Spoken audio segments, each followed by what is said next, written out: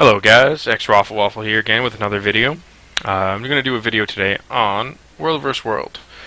This World vs. World video is strictly just the basics, how-tos, know what you're looking at, things like that here. Now, as soon as you hit this icon here, or the letter B, this is going to be the first thing you come to. With this here, this is what you're going to be looking at. These are the 4 maps, 5 depending on how you look at Obsidian Sanctum. You're going to be assigned a color every reset, depending on the server you are. So in my case, I'm with Maguma, I'm blue. These here are my points for that my server has accumulated during reset on Fridays. This here, Stormbluff Isle, that's their points. Dragonbrand Green, that's their points. Now, that's pretty straightforward, it's the basics. This is what it is, this is what we have. Now, the detailed score, this is where it gets a little bit more in-depth. With that, it's going to show you, again, your world, their world, and the other server's world.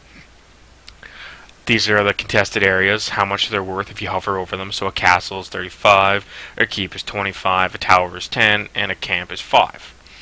These symbols are all over the maps, which we'll get to shortly, and they're the things that you're going to want to go after. What you can do, below here is your world bonuses. So depending on your score, is depending on this. So that when your score goes up, so does this here, which gives your world bonuses. So it gives you Medic, Wisdom, Defender, Gatherer, Artisan, Energetic, Scavenger, Robust. These ones here help everybody in the world, not just someone that, enters in, things like that. This is everything. Now, you're going to go to the left side here, and you're going to notice all of these. First one you're going to find is, this is, of course, the General tab. The second one is Eternal Battlegrounds. Now, this is going to show that particular map, what your server has, what the other blue server has, and what the red server has. There's always going to be those 3 colors. They're not going to change. Red, green, blue. Done. That's it. Your server will be assigned a color, of course, every reset. But this is currently what it is right now at this time doing Eternal Battlegrounds. As you can see, we're doing pretty good in EBG right now. That's short form EBG. Then the next one is going to be the next server, the red server. We're not doing too bad here, we are kind of behind. But it's going to show each individual servers who's got what's where, how much points, potential points, things like that. And it's going to go down the line. As you can see, it's not too bad. Now, the next part here on the left is your ranks and abilities. It's going to show you what rank you are. Next title at rank 90, so you're going to get a different title, like this is your title here. So between 80 and 90, I am a colonel. Bonus chests, so depending on your level up, you'll get bonus chests and things like that. This here is your world ability points, so whenever you're in World vs. World, these all apply to you. So, your Flame Ram Mastery, your Trebuchet, or Trebuchet, sorry. Wow. Your repairs, everything. What I've been told, and this was a while ago, I have made a mistake with mine, was to, if you're not a commander and you're just going up and just following Zergs, they've recommended go for the Flame Ram Mastery first, so about 70 points. And after that, they would go for supply capacity. You want to have more supplies as much as possible to carry with you to help out. Then you can either go, I personally, if I could change what I did, I would personally go for either Arrow Cart Mastery or Siege Golem Mastery. 2 of them really most important at this time, especially being in say if you're in a high tier server, they're going to be throwing down Arrow Carts, and Golems are just going to be a very, very common thing, and you're just going to get mowed over if you don't have like the Golem Mastery where, with 70, your pilot Golem will safety eject you. If you don't have that, if your Golem dies, you go down. So that helps. things like, vitality and toughness by 15%. You can heal people now. Things like that. With arrow carts, this here, the toxic unveiling shot removes stealth and applies poison. That is pretty insane as to damage and what it can do. Say, for instance, if you're on a choke point and you throw your arrow cart mastery down, and they run in with Veil without realizing that you have that mastery, they're going to become unveiled, unstealth, and your team will know exactly where they are. So that's good. Now, let's go into an actual map here. We'll go into my Borderlands here, the Maguma Borderlands. Shouldn't take too long here to load. Just give it a second. For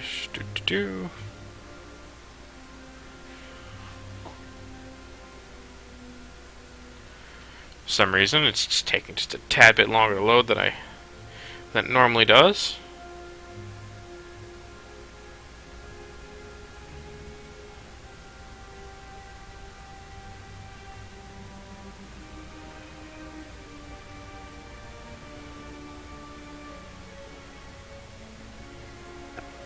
Alright, sorry about that. I'll have to edit that out.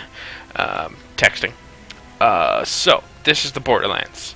This is your Borderlands. This is what you're going to come into first, every time. This is what it's going to look like. Actually, kind of pretty. So, let's go and look at the maps here. So, with the Mag Borderlands, this is it. You're going to notice that... let's use this as an example. Let's see if we can find one. Alright, well, we'll just use this here as an example. You'll see this when you're going through. The two cross swords on the waypoint means, say, I'm in Mag Borderlands, and I'm on the green team, and I'm going to go take Blue Keep, West Blue Keep. These would then have a contested cross swords. You're going to want to look for those, because, that's usually where the battles are going to be, or where somebody's going to be to try and take that tower. Always try and go onto a Borderlands that is... Oh, see right there. That's being contested right now, and it'll say under attack. Back to what I was saying there. Always try and go to a Borderlands that is, unless you're a defense commander or you like doing defending and things like that, try to go somewhere where there's not a whole bunch of your color, your service color. With that, it's going to assist with helping your team get more points in the long run. So, with that being said, I wouldn't stay here as a commander. What I would do is I would go to, say, Storm Bluff Isle or EVG right now, as green has a whole bunch, and we kind of want to take over that kind of stuff. Try to make sure that when you're hopping around, that there is a queue on, say, EBG, Eternal Battlegrounds. If there is a queue, don't go there. Try and go to one of the other Borderlands to assist a different commander, or assist a group of people that are there to, again, help the commanders out on different things. So, say, for instance, I'm on Maguma. I'm going to go to, say, Dragon Brand Borderlands, and I'm going to see if I can't, cause some chaos and things like that, and or, well, they call it a Havoc Squad, or we call it, sorry. Go cause some havoc, start causing contests on the towers, like the main things like Green Keep, the East and West, even North Green Keep. Just try and, cause some chaos to get people off this map onto this map. Because then what that will do is it'll cause your team to be able to take more of the colors that you're not. Now, with that being said, one of the main things any person is going to want to do is, of course, your supplies. Supplies are going to be huge. Every time you can, stock up, resupply. Don't wait around, and don't run around with zero supplies, because then you're just being useless to your commander, to your squad, or anything like that. It's not very fun to have to run back and forth just to get supplies. It's really time consuming and not really a benefit at all. The only other thing in this video that I'm going to mention is the Bloodlust. Bloodlust in the Borderlands is fantastic. It gives you guys a buff which makes killing easier. It's just a buff to increased power, toughness, vitality, everything, and you get that by capturing 3 out of 5 of these and holding it for then 2 to 4 minutes. I can't remember which one it is. It might be in between. But if you capture 3 of them, your borderland then gets that bloodlust. And then you can go to this borderland, same thing. You can go to this borderland, same thing. You can go to this one, same thing. Actually, I'm sorry, I don't think EBG has that. But all 3 of the borderlands, you can get it. And if your team holds it, it's a huge advantage and huge plus. But other than that, there's not really much for the basics. Just keep supply. If you got food, help out. If you got a tanky character or anything like that, just go into a Zerg or even just walk around, group up with some other people, cause some chaos on some borderlands, and just honestly, World vs. World is all about having fun. If you can't have fun on this, and you're taking this too serious and too competitive, then it's not really a place for you, as it is just a place to have fun. That's what we're trying to do, is just have fun while playing World vs. World, because we don't want hostility or anything like that. So just make sure you guys have fun, laugh, joke, do it with some friends. It's really fun. The sieging and the tower defense and things like that is absolutely amazing. This is one of the things that drew me to World vs. World, is it just brings a whole different dynamic into the game that most games actually don't have. But if there's anything else that I missed or should add, again, put in the comments. And I should look forward to hearing from you guys pretty soon in the comments. Thanks a lot, and have yourselves a good day. X Waffle Waffle up. Bye-bye.